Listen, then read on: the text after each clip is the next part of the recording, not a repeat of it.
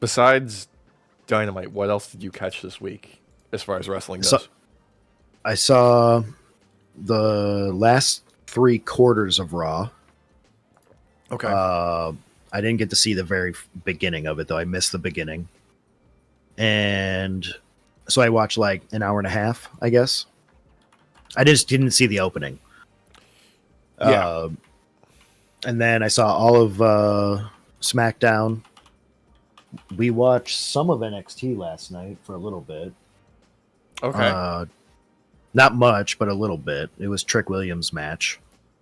I mean, that's a good start as far And as then, like to actually catch. I yeah. think all you missed then was probably Rhea kicking off Raw, where she calls out Liv and Raquel, and then she's trying to get like her hands on them, and then Pierce is like, "You can't just wrestle 2 people on your own," like blah blah blah, and then he's like, "You got a team with Tiffy," type of thing. That I think that's the only Well, thing you missed then. I definitely didn't see that. Yeah. So, but I will say that is actually hilarious because their little like shut up back and forth argument the other week Hmm. makes that great. So, Yeah. I'm kind of here for it because, like, it wasn't one of those times where it's like, oh, yeah, can they coexist? On like a dumb level, it was they don't want to work together at all. So we're gonna force them together to do this match, even though like it leads into like another kind of like fucky finish. Like, oh yeah, I wouldn't doubt it. like that, I'm kind of disappointed with how many like interruptions and disqualification finishes we're getting in wrestling these past 2 weeks. I thought we were kind of like putting this in the past and like moving behind it, but it seems like it's coming back.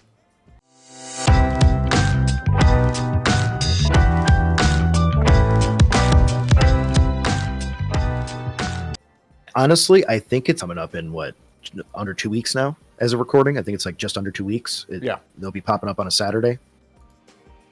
Um, I think they're doing that because otherwise a lot of these storylines would be ending and belts would have been passed along already. Yeah, like it feels like they're setting up like Crown Jewel in Saudi Arabia, and it's just like the anime filler episode where they all go to like the spa or whatever, and we're just kind of like spinning our wheels till we get there, and then we can move on to like the next major arc. Yeah, I agree. I agree completely. It's kind of weird because I feel like we're at that point now where Tiffy should have already cashed in. But theory crafting here. Mm. I think Naya's not going to win for the women's division. Hey, audio issues. Hey, technical issues are main forte, I would say. Yeah, I would say so too. Yeah, but yeah, screwing things up.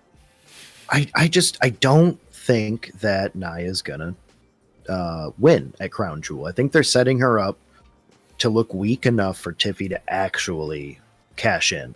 That's my guess. That's at least my headcanon that I'm going with because I really want her to cash in before the end of the year. So Okay, so here's the thing. Like, then in this instance of because I'm with you. I want her to cash in before the end of the year.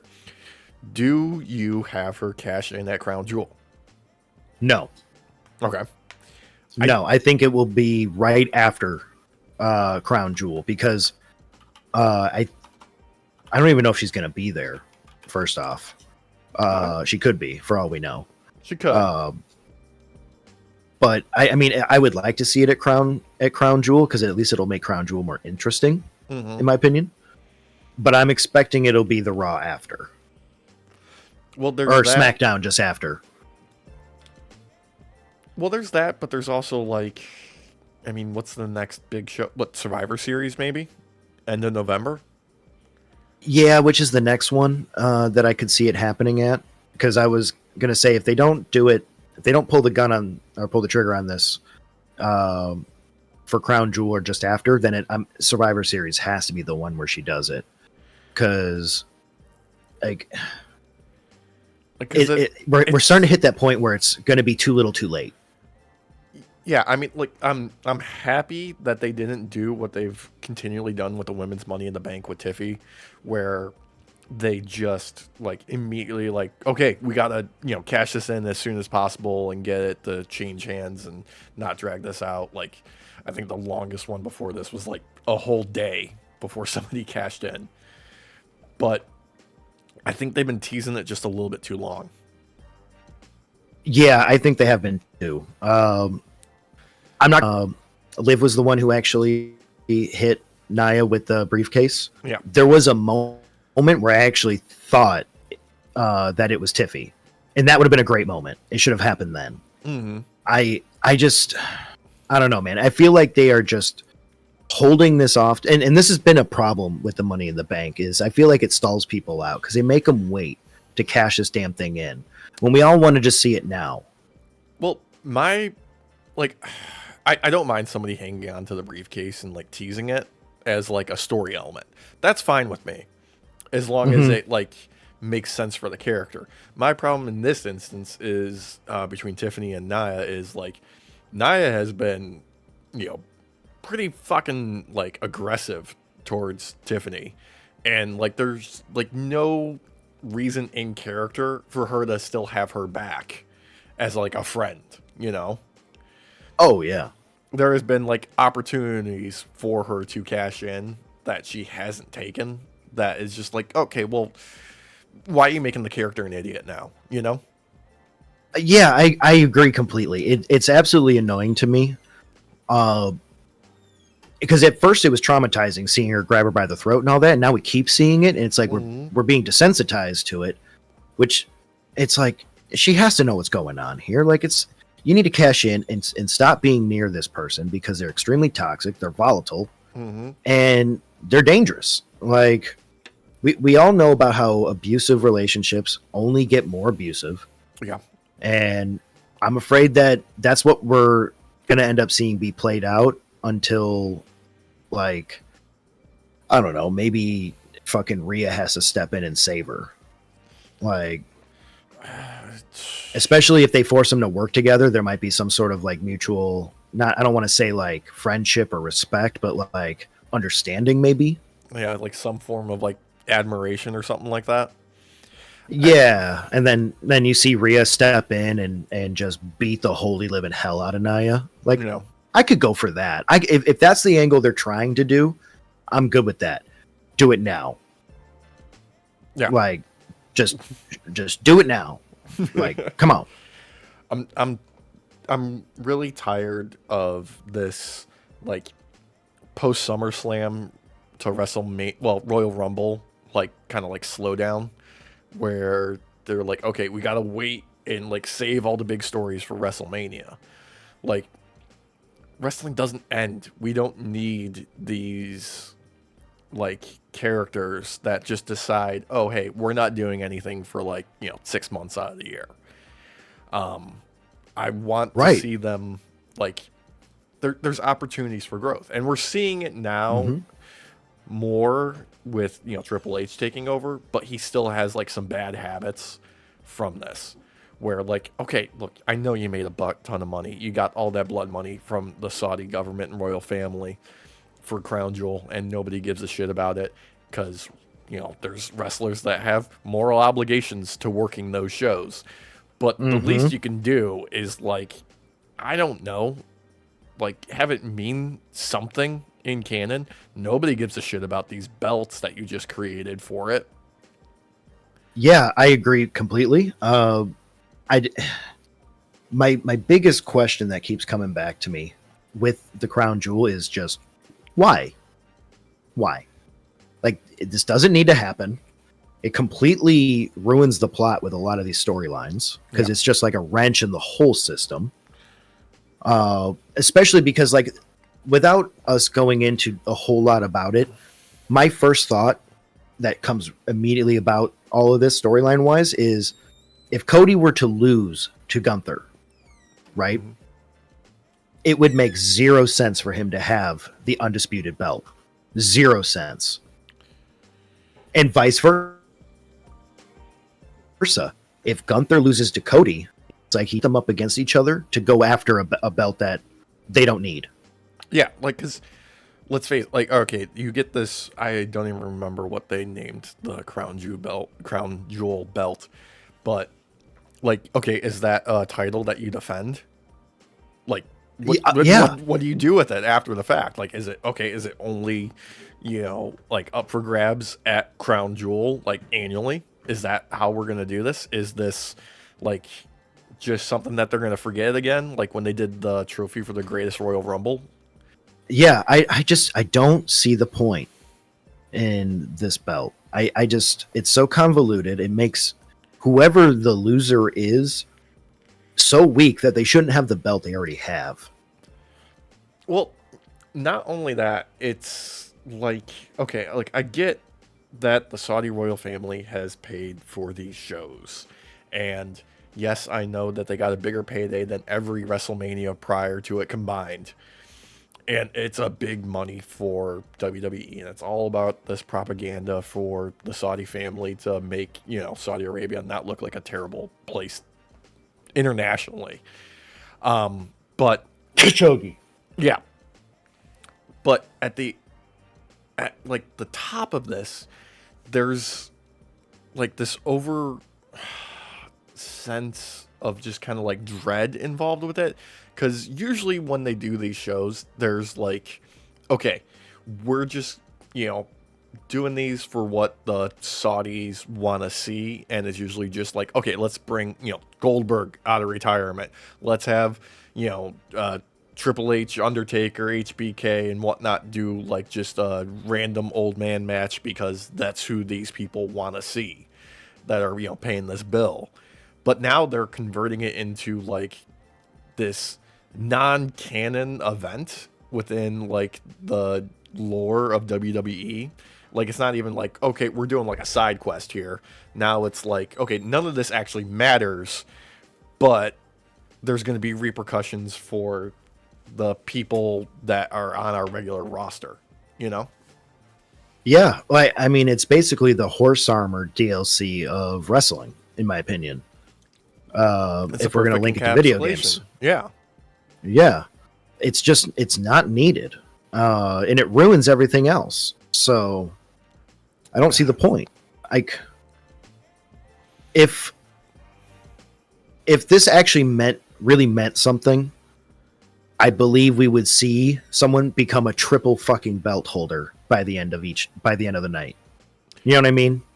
I know exactly what you mean, and I think that's like kind of showing on screen, particularly with, Cody and Gunther, because they're sort of like in the ring promos with each other. Like, I can tell that they're, trying to do something, but they don't feel it. Yeah, I agree. Cody's the other night, the most recent one, was like, it was nothing but praise on Gunther, and then was like, but don't count me out. Like, I can still do it. Like, you should never underestimate me or whatever. And it's like, well, talk shit then. What are you doing? Yeah. Like, come on, man. Like, what is this?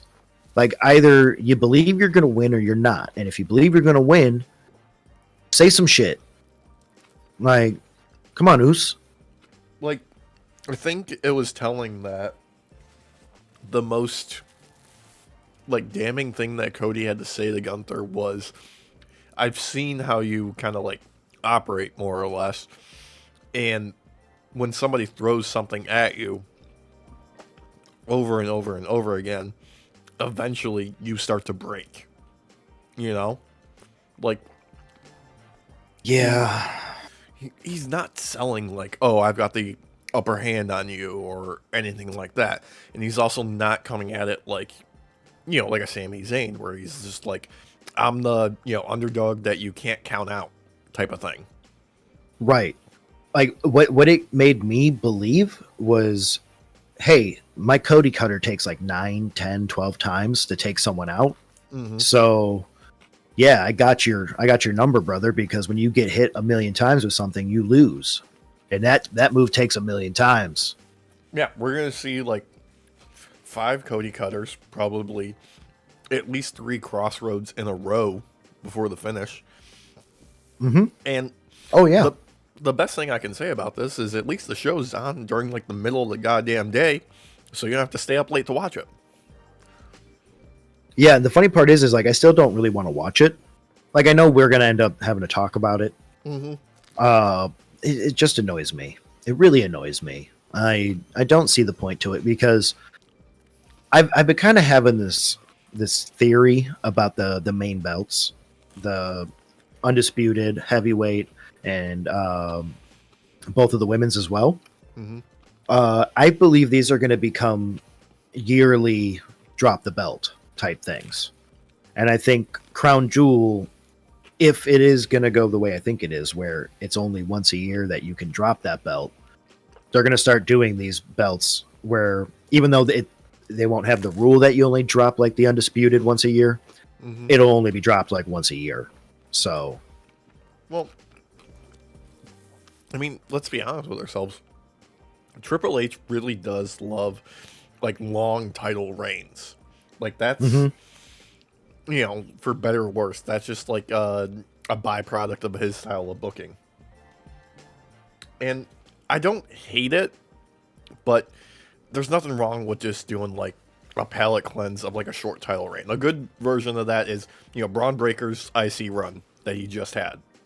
Like, it was fun. Yeah. He destroyed some people, and now he's, Yeah. you know, I mean, they're running it back again, but still, like, that was good. That was a good little heat up moment for him. yeah, his and Sammy's run as well. Mm-hmm. They're both like good palate cleansers because like Sammy's was earned, Mm-hmm. but it was understandable seeing Braun take him out. You know, I'm okay with not everybody having long title runs. Sometimes I think it's nice to have like a palate cleanse and maybe go through a couple of wrestlers and let them kind of stand in the spotlight for a few months. Well, it doesn't have to be for a few months. Like, it can be like from PLE to PLE, really.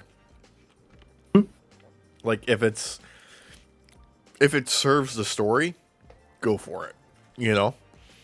I'm getting tired of these finishes that are getting repeated with these dumbass finishes just so this champion doesn't lose and, you know, they have their belt still.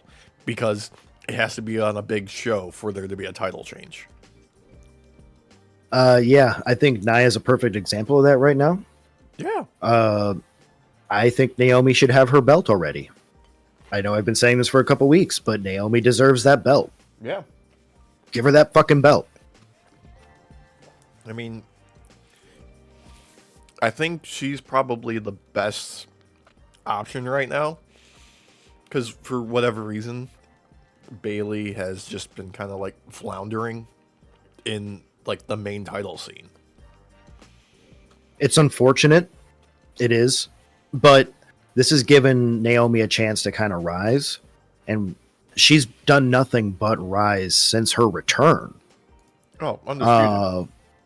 Like every single time she comes out, the crowd just goes nuts for her, man. Like absolutely nuts. And I love it because she's a great wrestler and she makes it look good.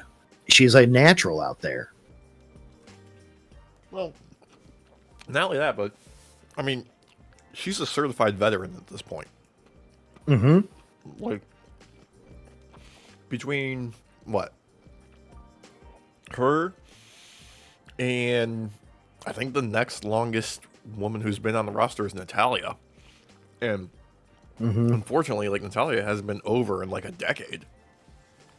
Yeah. Which- Yeah. And That's fine. She's great with like actually like building new people up behind the scenes.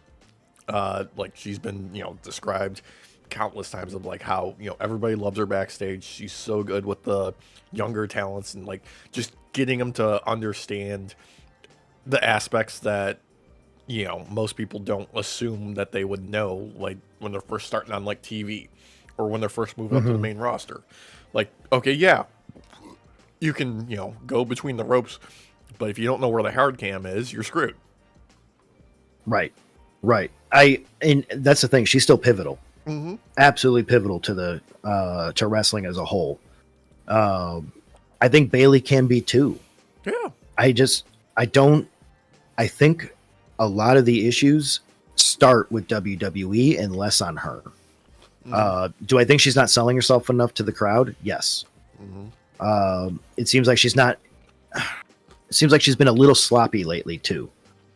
To put it nicely. I just don't know what the issue is. Maybe she's just not happy at WWE, because we had talked a while back about maybe seeing a potential Bailey at AEW kind of run. Maybe. My thing is with Bailey is, like, I would say pandemic era was probably the last time we saw like good prime Bailey, because they were operating with restrictions, and her and like Asuka, they had to, okay, how can we, really do like heel antics and have fun with this in this environment that, we don't have any fans, we don't have this, we don't have access to, different venues and stuff like that. And, they just got creative with it. And then they did the whole Damage Control run, and that didn't really feel like it was connecting with people. Well, and I think that's why she got kicked out of Damage Control. Well, yeah, but then like that turn didn't really do her any favors. No, it didn't. I don't disagree with that whatsoever. And I wouldn't doubt it was her on her own decision saying, "Hey, I'm probably bringing down Damage Control." I can see that, yeah. But unfortunately for her, what she doesn't realize is that going down to 2 hours means that most of the tag teams are affected right away by the limited time. Because we're seeing some tag teams now do more singles matches as well. So, yeah, which is nothing against that. I'm not against that, but I love me some tag team wrestling. Like, it's one of my favorites. I mean, that's a great lead into Friday Night SmackDown, and we got the debut of the Motor City Machine Guns, and like I feel like they needed something a little bit more for these guys prior to this. They did like the little teasers. I don't think they did enough to kind of show why people should care about them before they appeared on TV. Yeah. Was it? I don't remember who said it, but one of them said that like the way that tag teams operate nowadays, you can basically call these guys the originators of this new kind of style. Yeah. Which is true, but they should have been going with that the entire time. Don't just say it mid-match. Like, this should have been the lead-in for them with the build-up to their debut. I don't know. I think they needed to prep the crowd more for their debut, I agree. But to be fair, the crowd was totally into them showing up. Like, the crowd went nuts. And they put on a damn good show, as expected. Oh, yeah. I do believe even without that build-up, they're going to do fine, but it's just going to be a slower rise. I know. Just in historical experience of WWE and tag teams, they're not the best at handling the division as a whole, much less outside tag teams coming in and debuting, I think maybe the best time they ever handled it is when the Hardys came back at WrestleMania during their just post their like TNA run with the whole like broken Matt Hardy thing and all that kind of stuff. That was probably the best, because that felt like A, a surprise, and B, like the crowd knew who they were the second the music hit and were pumped for it, Yeah, I knew when Motor City was coming out, like, right away. I was like, oh, hell yeah. Yeah. Like, I didn't know it was coming SmackDown, but I was real happy. Which is great for the fact that me and you and like us, like like fucking basic bitches for this shit, like the ones Mhm. who like just listen hardcore and watch hardcore, Mhm. we knew. So when they popped up, we're like, oh hell yeah. But to the casual person who just watches sometimes, doesn't really keep up with storylines and all that, or like outside of WWE's like sphere of influence, there was no way you were gonna know like who these guys were. There was no Well, way. that's kind of like my point, because like the teaser that they had on last week's SmackDown was just capped off at the end with MCMG. But Hmm. okay, what does that mean for like you're saying, the casual viewer? Like there's the sickos like us, but for the casual viewer who have never seen Chris Sabin or Alex Shelley in the ring before, like Hmm. give them like you gotta show their faces, like so people can get familiar with like, oh, that's them. This is them. They're here. Even silhouettes, I think, would have been good. Yeah. Honestly, it's just something. Play their music, Mm-hmm. so people are like, "Ooh, wait, who? I don't know that intro song. Who's that?" Yeah. And then maybe they'll look it up. And even then, like It I just, gotta say, I do enjoy like the stinger opener to their intro music. That was a nice touch. mhm. I like that. That was good for me. I like that too. They put on a great show. Honestly, the highlight of SmackDown for me when it Mhm. comes to matches, and there was some pretty good matches on SmackDown this week. Yeah. Um, The only thing I would say that kind of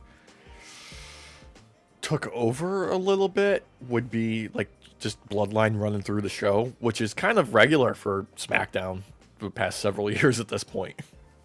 I'm not against that, Alex. You Mm-hmm. want to know why? Do Jimmy Uso. you want to know why? Is it No, Jimmy? No. no. For the first time ever, Solo Sikoa. Oh. That man on SmackDown looked so much more comfortable in front of the camera and sounded so much more comfortable being this part when it came to actually dealing with like family matters. I don't know if that was like the catalyst that he needed to like kind of get into this more. Mm-hmm. For the first time, I sat there and was like, he is a great pretender to the tribal chief namesake. Like, yo, I'm actually believing this now. The first time for me. Yeah. Like this is like he's coalescing all of the different elements to down like a unified character finally, as far as like this iteration, because like before when he was just Solo Sikoa, like Roman's enforcer, that was fine. Hmm. Just be a stoic tough guy who just shows up and beats the shit out of people when Roman needs help. But now that he Hmm. has to actually have a character, it's working finally. Yeah. And honestly, the moment for me was when he baited Roman. When he Yeah. baited him, no, you will acknowledge me as your tribal chief, because he knew what he was going to do. Mm-hmm. And Roman as well. I got to give it to him, man. His promo game since he's been back, a million fucking times better. Like holy shit. Well, it's this is kind of like one of the things I really wanted to talk about today is like has Roman the character changed? Like No. it like that's like are we getting into, because there's been like kind of like hints here and there. Okay, yes, he worked with Cody and the tag team match against Jacob and Solo. There was Hmm. like that aspect, and him and Jimmy ran back, and then there was the moment where he like said, okay, let's acknowledge Big Jim, and then Hmm. on SmackDown we had him grabbing Jay and saying, we're all proud of you. So here is where I get kind of like the fun aspect of Roman as a character, because Hmm. he has a history of being manipulative and gaslighting and doing all these things to get, like when he was initially forming the bloodline and getting Jimmy and Jay to kind of do his bidding. is this like the next step of that iteration of him being the master manipulator, lying about how he's not the wise man, he doesn't make the plays and things like that, he's the tribal chief? Is this the route that they are going, or has Roman as a character actually changed? I don't think he's changed, just to start off with. I think he's changing, though. I think what we're seeing is the process of him learning to adapt and realize the way that he was doing things before just clearly doesn't work the same. I think this is a man like Rome wasn't built in a day; it was built in 3. We're on day 1 right now. You know what I mean? Yeah. Like, this is the beginning of that change. I think his eyes were opened initially at WrestleMania that I'm not always going to be the top dog. I may still be the top dog technically, even though I lost that, but I'm not always going to be top dog. And I think him coming back and seeing how just his presence of coming back isn't enough to actually unite the bloodline back behind him. And I think with Jimmy being here now too, he's having to understand that I can't always treat people as beneath me. I need to learn to treat people more as equals. And it's still a process because, he said, acknowledge Jimmy, which was awesome. I loved it.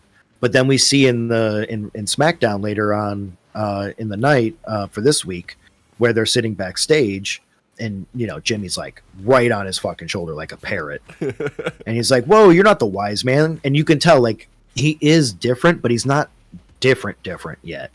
Like how Vegeta took years to learn how to actually like be a quote unquote like good man. And a lot of that was family that made him realize that. I think that's going to be the same thing with Roman.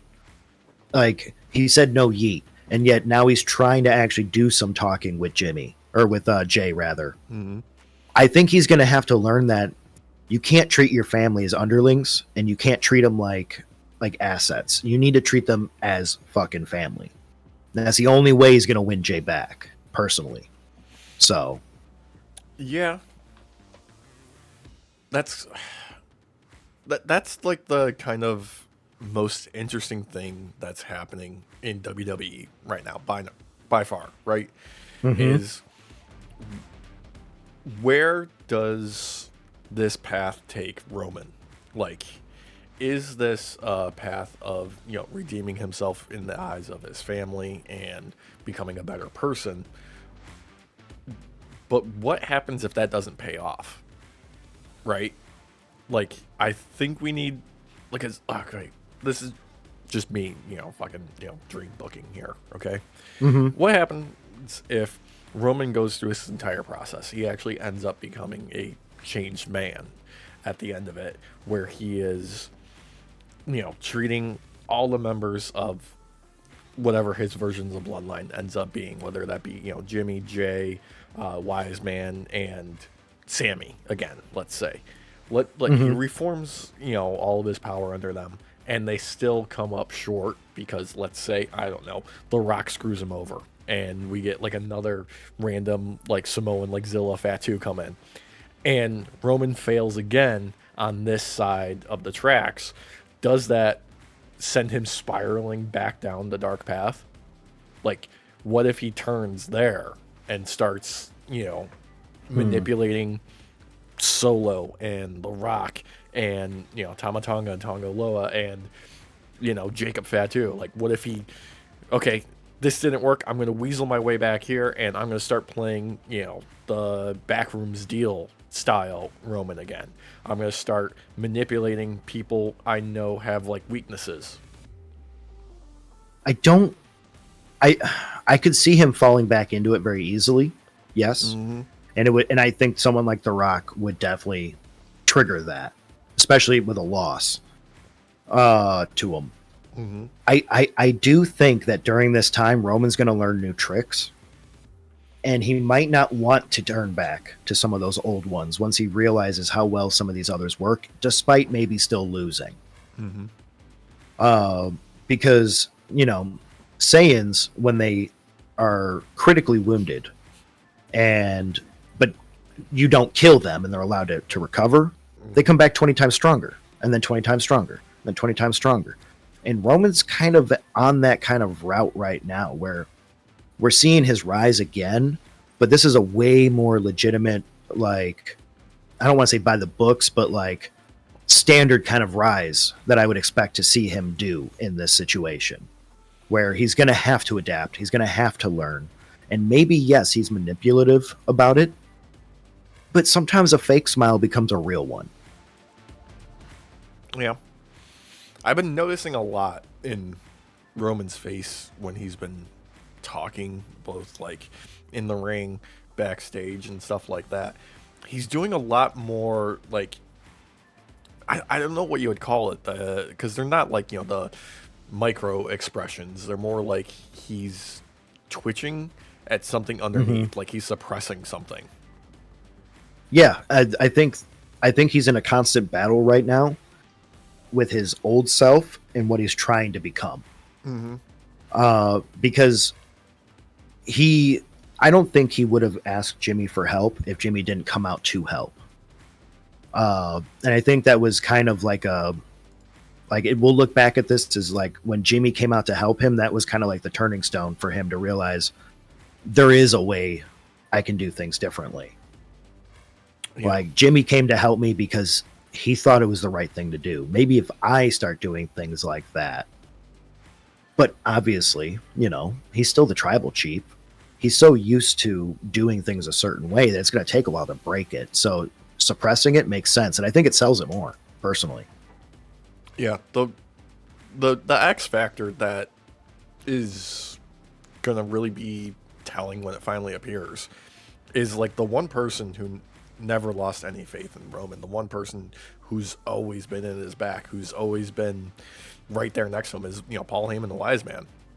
Like, 0 appearances, slight mentions of him here and there, but like his influence, it could be the determining factor on which way kind of like Roman sways. So I was joking about this with Christina when we were watching SmackDown on Friday. When Jimmy was standing right there next to Roman initially and then went to sit down, my first thought is Paul Heyman's behind that fucking camera right now, just sitting there watching all this. And he's just not allowing himself to be on camera yet. And that's all it is. Oh, that's my assumption. But I feel like they're holding off on that because of how dedicated he was to Roman. I think what they're trying to hold off on pulling the trigger on too early is Paul getting to see Roman as a better man. And then just believe in him all the more. I kind of hope that's the direction that they go, because one of the most like enduring images from like WrestleMania is seeing Roman and Paul Heyman making their way back after everything was over, and just like the reassurance, the half hug, and all of that, and just the comforting that Paul Heyman was providing Roman at that moment was probably one of my favorite aspects of things that didn't get seen on the actual like show itself that came out after the fact. Yeah, that was the cutest moment of WrestleMania. I loved it. I still love it. I think it's one of the best moments in wrestling, in my opinion, because it shows that even though a lot of these things are storylines and they're putting on a show for everybody to have fun and be engaged, like sometimes these storylines blur a little bit in what's reality and what isn't. And the man held the title for 4 years. Like it's hard to let something like that go. And I could see that being a very difficult moment afterwards, being like, am I really like doing this? And like it's crazy. What do I do now? Type of moment. Yeah. Like who is Roman now without the belt? And that's what we're discovering. Like, they're not doing that thing that, we used to see back in the day. Chris Jericho, prime example of the guy that would do this, where, you are written off of TV for a period of time, and you completely change your character. You know, you come back, Now, new hair, new gear, new gimmick, like the whole shebang. Roman's not doing that at all. I prefer that because he's not a Chris Jericho type where he comes around every couple of years with a new gimmick. Yeah. Like Chris Jericho kind of set the standard for himself with that, so it's to be expected. You and I expect it all the time. Every time he leaves for a little bit from somewhere and he comes back into the scene, he's going to look different. Yeah. I like that Roman wants continuity with his character. Well, I like the idea of seeing a character change over time, evolve over time. Whereas like always getting a new gimmick that has like a new name or whatever, and you're just acting weird. Like, give me a reason to know why you're acting weird. Don't just come back weird. The continuity in wrestling is so crazy because like they're making everything matter. Like everything is counting, and it's been so long, particularly with WWE. Like mainly, it's just been like whatever happened last week doesn't matter. What's happening now is the only thing that matters. You'll find out in the future what you should care about next week, type of thing. Well, like we've brought this up before with Bad Blood. I love that some of the most fucking wrestling shit that's been going on in fucking wrestling does nothing to do with belts. Yeah. We had a fucking Hell in a Cell match over a fucking bracelet. Yep. And we have seen back-to-back episodes of SmackDown with Roman's return going after that Ulafala. Yeah. None of these things are belts, and yet they're the most important fucking things going on right now. And I love that. I absolutely love it. Because I love belts. Yeah. But we don't need to care about them 24/7.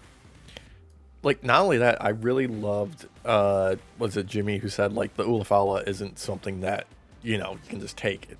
You have to be, it has to be earned. Yep.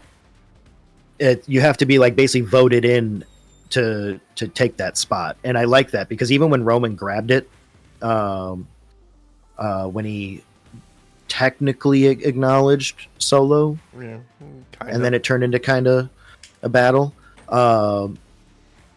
there was a weight to it when he picked it up. Now, part of that is because Roman is becoming a really good actor. But I think with a character like Roman Reigns, you kind of need to beef up your acting skills for some of this stuff, because you're starting to sell emotion, and he's doing it really fucking good, man. When he grabbed that Ulafala, I was like, oh shit. And the look on his face was enough to tell you the weight was there. Yeah, it's feeling like Thor's hammer, Mjolnir, where like he hasn't earned the Ulafala back. Like he has to earn the right to be worthy to wear it again now. Which is because he put it on, and what happened immediately? What happened the moment he put it on? He got jacked up. He got low blowed right in the motherfucking balls. Yeah, and then he got swarmed. Like the Ulafala was saying, "Nah, bro, you ain't ready yet." Yeah, I love it, dude. Your Mjolnir comparison, I think, is spot fucking on, because I honestly just like the bracelet. I think the Ulafala has a life all of its own.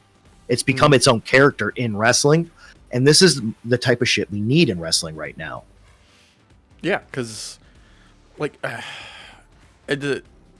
can't remember who said it, but it remains true. At the end of the day, the belt doesn't make the man makes the belt. The belt doesn't matter. It's the personal storylines that people are tuning into. It's the same thing over and over again. And the belt is a shortcut to making it feel like this is important. But if you can give a purpose behind it, then you got tickets sold. That's why so many people were interested in tuning in for Cody finishing the story, is because there was a meaning that was personal to Cody, particularly with winning that belt. Yeah, it was one of the first times in a while that I've actually cared about a belt. I usually don't care about the belts really that much. But that did put weight onto it for me for the first time in a while. No. Um, I I think like I think the issue is at the moment is they're putting too much weight behind the belts themselves during this time. I honestly feel like with how many belts are going on right now, it's it's weird to see them focus on anything else still, even though that is what we're seeing, like with the Ulafala and all that. Mm-hmm. Um, like, don't get me wrong, the belts obviously they have weight to them, no joke. I just a lot of my most favorite storylines in wrestling have nothing to do with any of those belts though. Like focus more on some of these other ones that are more story driven, character driven. Um, give some of these other characters more time to be able to be in front of camera because we already know the champ's going to get like 10 minutes in the beginning or at the end if they're not wrestling that day to say whatever the hell they want to say. So Yeah, they're there to sell tickets to the next big show. right. But I like on that subject of like getting these characters on TV for something that doesn't have anything to do with the belt. Prime example, I want to talk about Dynamite and the debut of Shelton Benjamin against Leo Rush, because like that is how you like MVP ever since he was I don't know if he didn't renew his contract or he was released by WWE, but he's been, Mm-hmm. telling anybody who will listen to him, like, no, like the Hurt Business would work. They just weren't paying attention and listening to us and giving us the opportunity to show like what we can do with this stable. And since his debut with AEW, since Shelton Benjamin has showed up, they have been putting in the work, showing people exactly, okay, this is what we intended the entire time. Yes, it's the Hurt Syndicate now. Who gives a shit? But this is what the intention was a group of killers with MVP as a mouthpiece, just doing everything to build these guys up and showing them to be complete and utter monsters when the bell rings. Yeah, I personally believe that after seeing Dynamite, Mm-hmm. from this week, that the WWE had a diamond that they considered to be a fucking piece of coal. Mm-hmm. And it pisses me off because seeing how they're doing in AEW from the get go, man, holy shit. They are monsters Yeah, already. And I like feel like they're going to take on Moxley and his gain and probably come out on top. they're already like Shelton Benjamin's got one match under his belt in AEW and immediately looked like a killer. Mm-hmm. Like Leo Rush It's was a great. great pairing for him to make his debut because number one, Leo Rush is a guy who will bump his ass off for you, and number two, Yo. he is a guy that people are already familiar with and know what he is capable of, and they already take him, somewhat seriously. He's not a big star that people are going to be, decrying. Oh, he got buried on TV. No, he went in there and he threw up a valiant effort against a guy like Shelton Benjamin, who looked like he was completely unstoppable despite the offense that Leo Rush was throwing at him.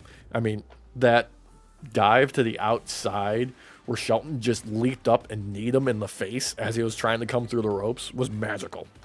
Oh God, yeah. Yeah. I One of the things that it's always set AEW apart for me from WWE is how the fans rejoice in what would be considered like a mid card or jobber guy Mm-hmm. like Leo, because like he might as well be a superstar at the top with how behind him the fans are. Yeah. The fans were going nuts for him in this match, and yeah, don't get me wrong, he put out an onslaught and got his butt whooped, but Mm-hmm. he came out of that more popular than he went in, and he was already really fucking popular with the fans. Yeah. So He was over with the crowd from the jump, and just like the relentless, like, okay, I'm gonna try and chop this guy down. I'm gonna use my speed to my advantage, and it was working, but Shelton's just too much for him to actually take down. Like that, God, that release exploder suplex where he just flung him across the yeah, ring. The super dude, kick where it looked like he kicked him in the front of the face through the back of his skull. Like, God, All of it. It was so damn good. I thought that was a real hit. Mm-hmm. No joke. I thought that was a real hit. And then when I saw him get back up, I was like, okay, they did a damn good job, because that was one of the most realist fucking super kicks I've seen in my goddamn life. Yeah. This was probably up there as far as like aura levels for Shelton, as when he had that match against HBK and Shawn Michaels super kicked him when he was like leaping across the ring from the spring, well, he did the springboard, because that precision was top notch. But that's still played in highlight reels, man. That's how memorable that moment is. But the thing that I love the most about it is the thing that people were talking about after it, besides what, actually happened in the ring, was MVP got in the mic, amped up exactly what they were, previously doing, setting things up for the future, and then dropping that card into Lio Rush's little like waistband, being like, when you're ready to get serious, come to me. We got a spot for you. I loved that moment because it was basically just a tryout for the team. Yeah. And none of us knew that till the end. And I love that twist. I'm not going to lie to you, man. Yeah. I want to see who ends up in this stable. Like, he was talking with Mercedes. He was talking with, I think Top Flight. Mm-hmm. I think Stokely's trying to get his hooks into Private Party, but maybe they'll go the other way. Who knows? But I love this change in how like stables will be booked, hopefully, within AEW. Because usually with like all the other stables, there's like, okay, you've got your head dude who's like your killer, and then everybody else is kind of like an underling. And when the main guy is feuding with somebody, he's got to beat all of the underlings in order to get to the final boss kind of aspect. But with this, we know Bobby Lashley's there. We're waiting for him. But they made Shelton look like, no, he's just as dangerous. Like, there's not going to be a guy that just eats pins in this faction. Like, we're all going to dominate. Yeah, like, this is not like a Nappa to Vegeta kind of thing. Like, you're just getting to see the beginning. And this is my own headcanon here, brother. And I'm hoping this is what they do. I believe we're going to see Bobby Lashley's debut during like some sort of like fucking steel cage match. And he's going to run through the fucking steel cage, like right through it, to destroy both of the competitors in there. Like, seriously. Dude, at this point, this isn't like a let it play out type of moment. This is absolutely like, I don't care what you do.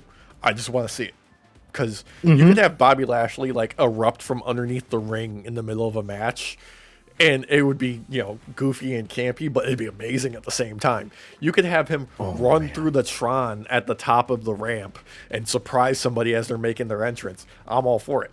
He could roll up in like an expensive ass like Escalade or something like that, suited and booted, ready to go. I'm still here for it because it's going to be awesome. Dude, imagine him one punching the fucking ring from underneath and just jumping through the whole... Dude, I would cream my fucking pants. Like, no goddamn joke. Like, instantaneous, just fucking cum explosion everywhere. Oh, dude. Holy shit.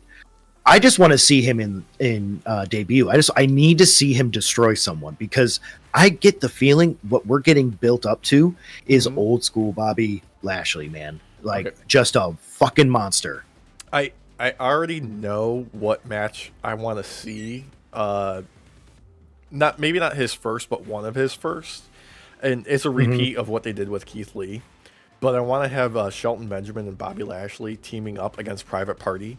Because can you imagine the sounds that Isaiah Cassidy is going to make when he gets launched by those two? Oh, my God. Dude. Oh, you know who would be a good one for him to take on immediately? For a singles match? MJF. Ooh. Yeah, because MJF, when the story calls for it, he can fucking go.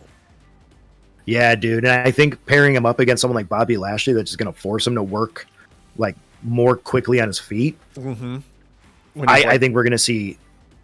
Oh, go ahead. I was I was gonna say, like, we're gonna see like him try and play like his old tricks of being like the cowardly heel, like keeping his distance, running away, and then Bobby just being like, "Yeah, you can do that, but guess what?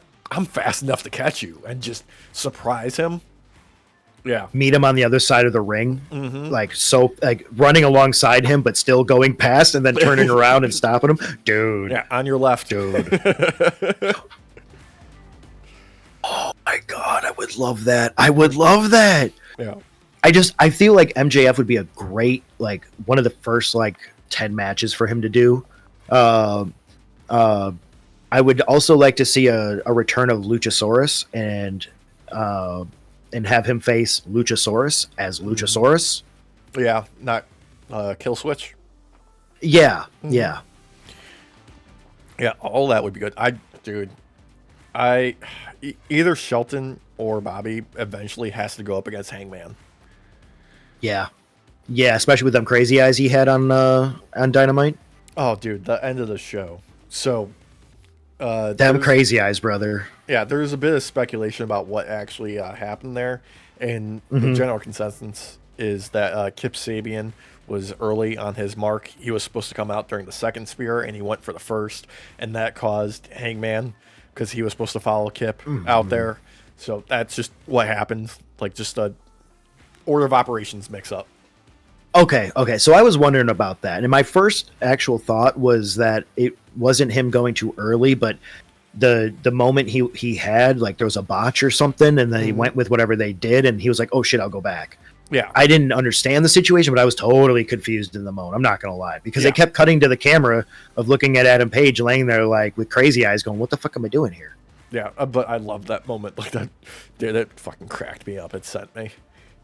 God, when he's staring up at him, and dude, And it's the exact mirroring of what Christian Cage did, except Christian was laying there like all fucking smug.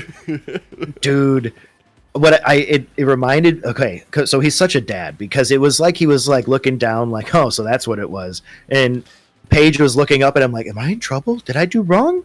Uh-oh, Dad caught me. Freaking great.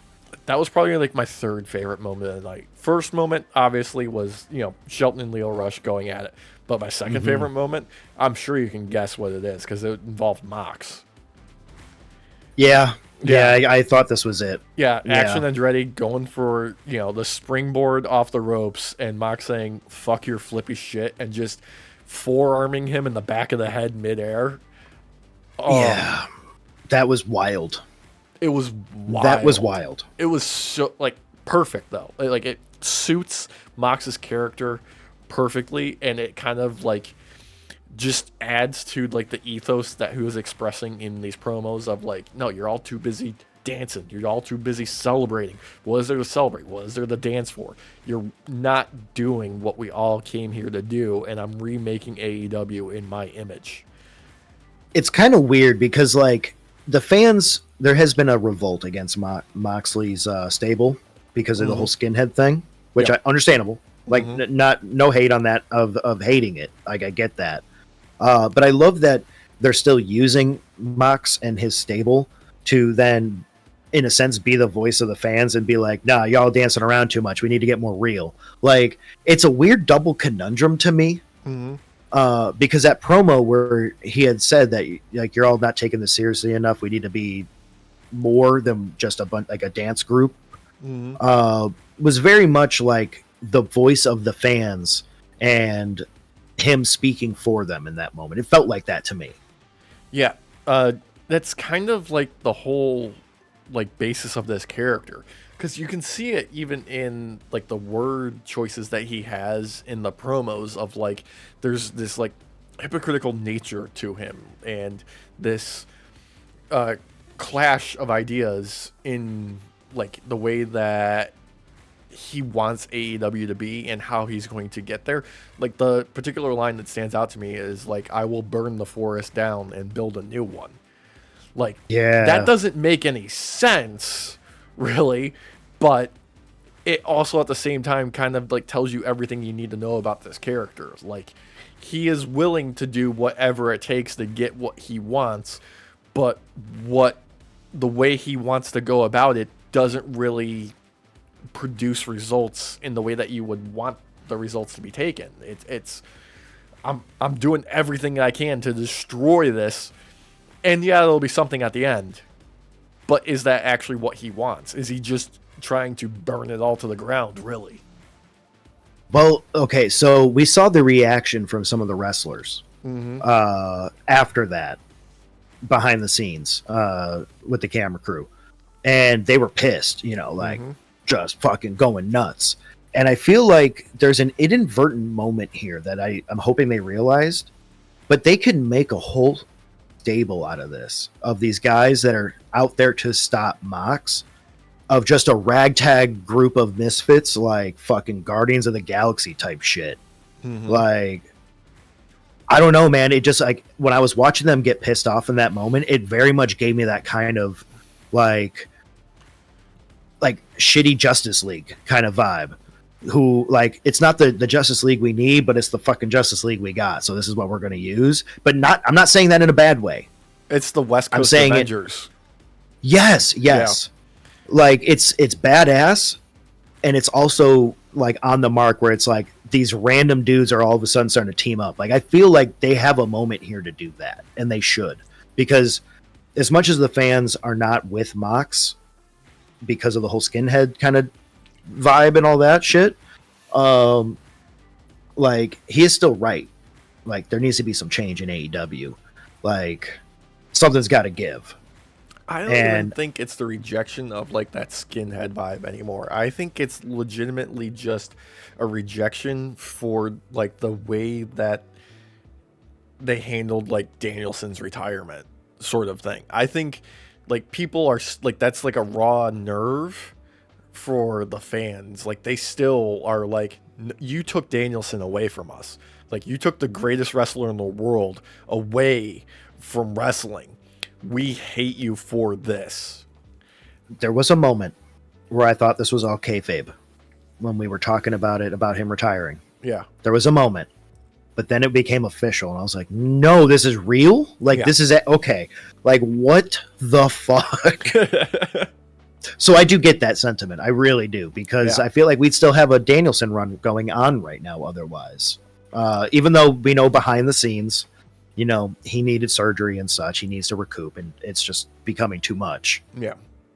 But I'm glad we got the title run that we did with him, regardless. So. Yeah, like that. There was no way in hell I would be still watching AEW if Bryan Danielson retired and never held the belt. Yeah, well, you were saying that before he even got the belt. Yeah, and I was like, oh yeah, sure. But then he got the belt, and I was like, oh, wait a second, this is right. Like, this is overdue, actually. Like, this had to happen. God, yeah, I don't know exactly what the next stage for this version of the BBC, or no, the BCC is going to be going forward. I've also heard rumors that the name that's circulating backstage is they're now going to be called, like, the Death Riders, which I don't hate.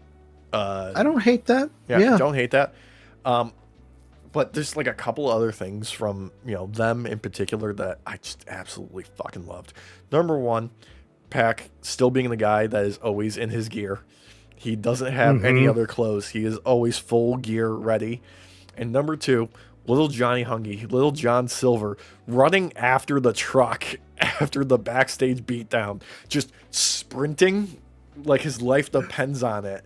My God, that dude is a meme little baby machine. Legs. Fucking baby legs, bro. Yeah. Dude was going, man. I think he posted on, I don't know if it was Threads or Twitter or something like that, on, like, that post, and just, like, retweeted it or whatever, and just said, I caught up to them later down the road and beat all their asses. I think for me, the highlight of the night, actually, overall, was Takeshita wearing his MC Hammer / fucking Dragon Ball GT outfit. Yeah.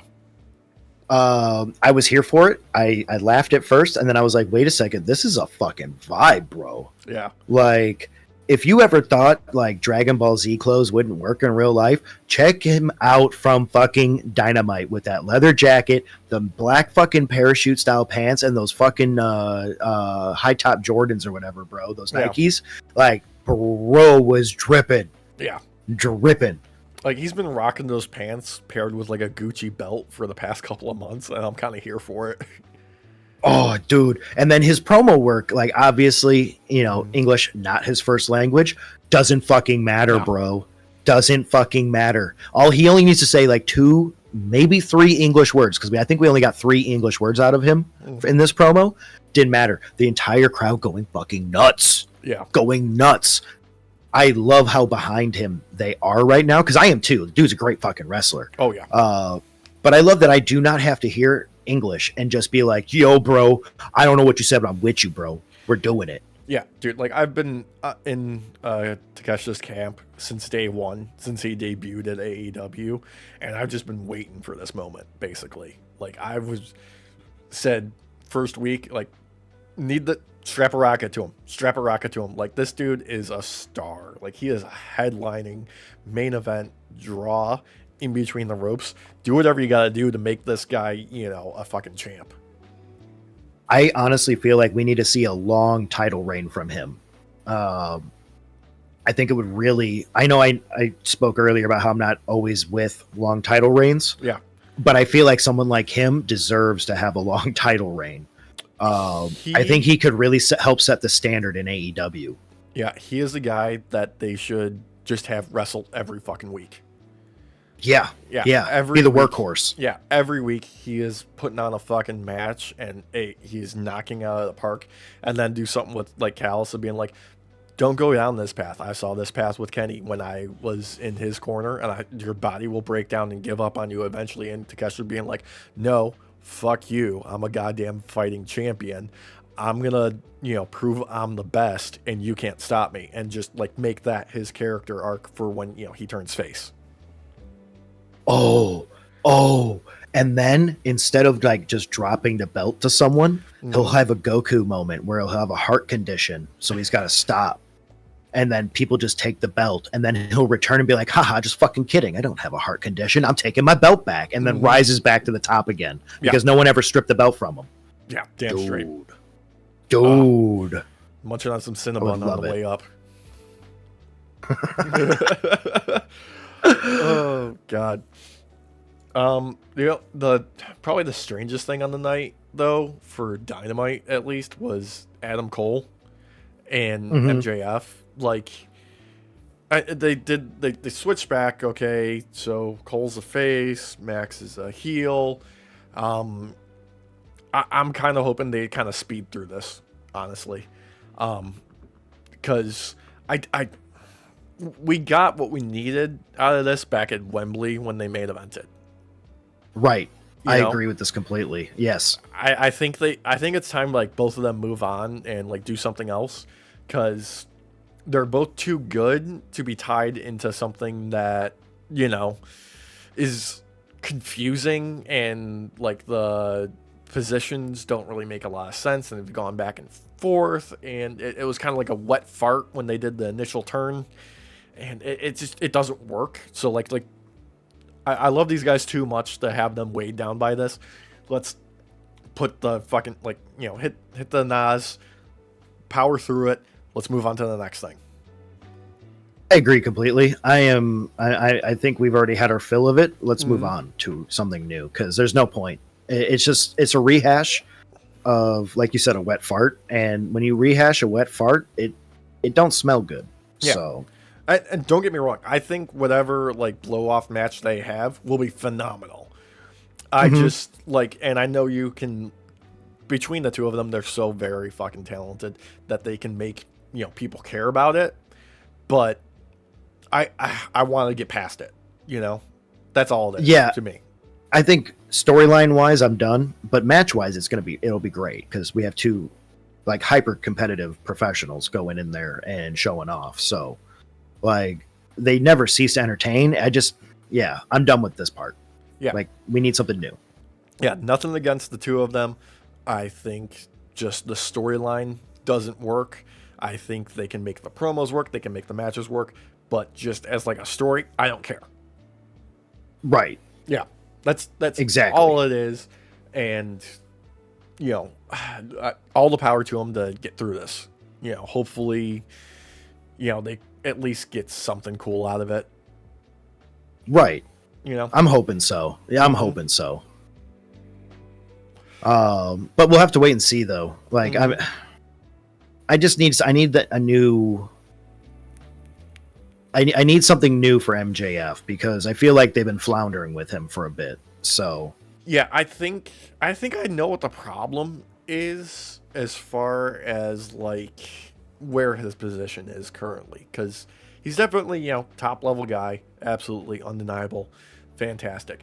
I think the problem is his choice of representation. Like, he has been pushing that he is like this evil, sinister kind of heel, when he really needs to bring it back to the overconfident Ric Flair trash talking type of heel, mhm. where like I'm better than you, like I can do all of this, like blah blah blah. I don't need the evil conniving kind of Max. I want, bravado Max, like the Max that will shit talk everybody in the town and their mothers, and still make the date next week.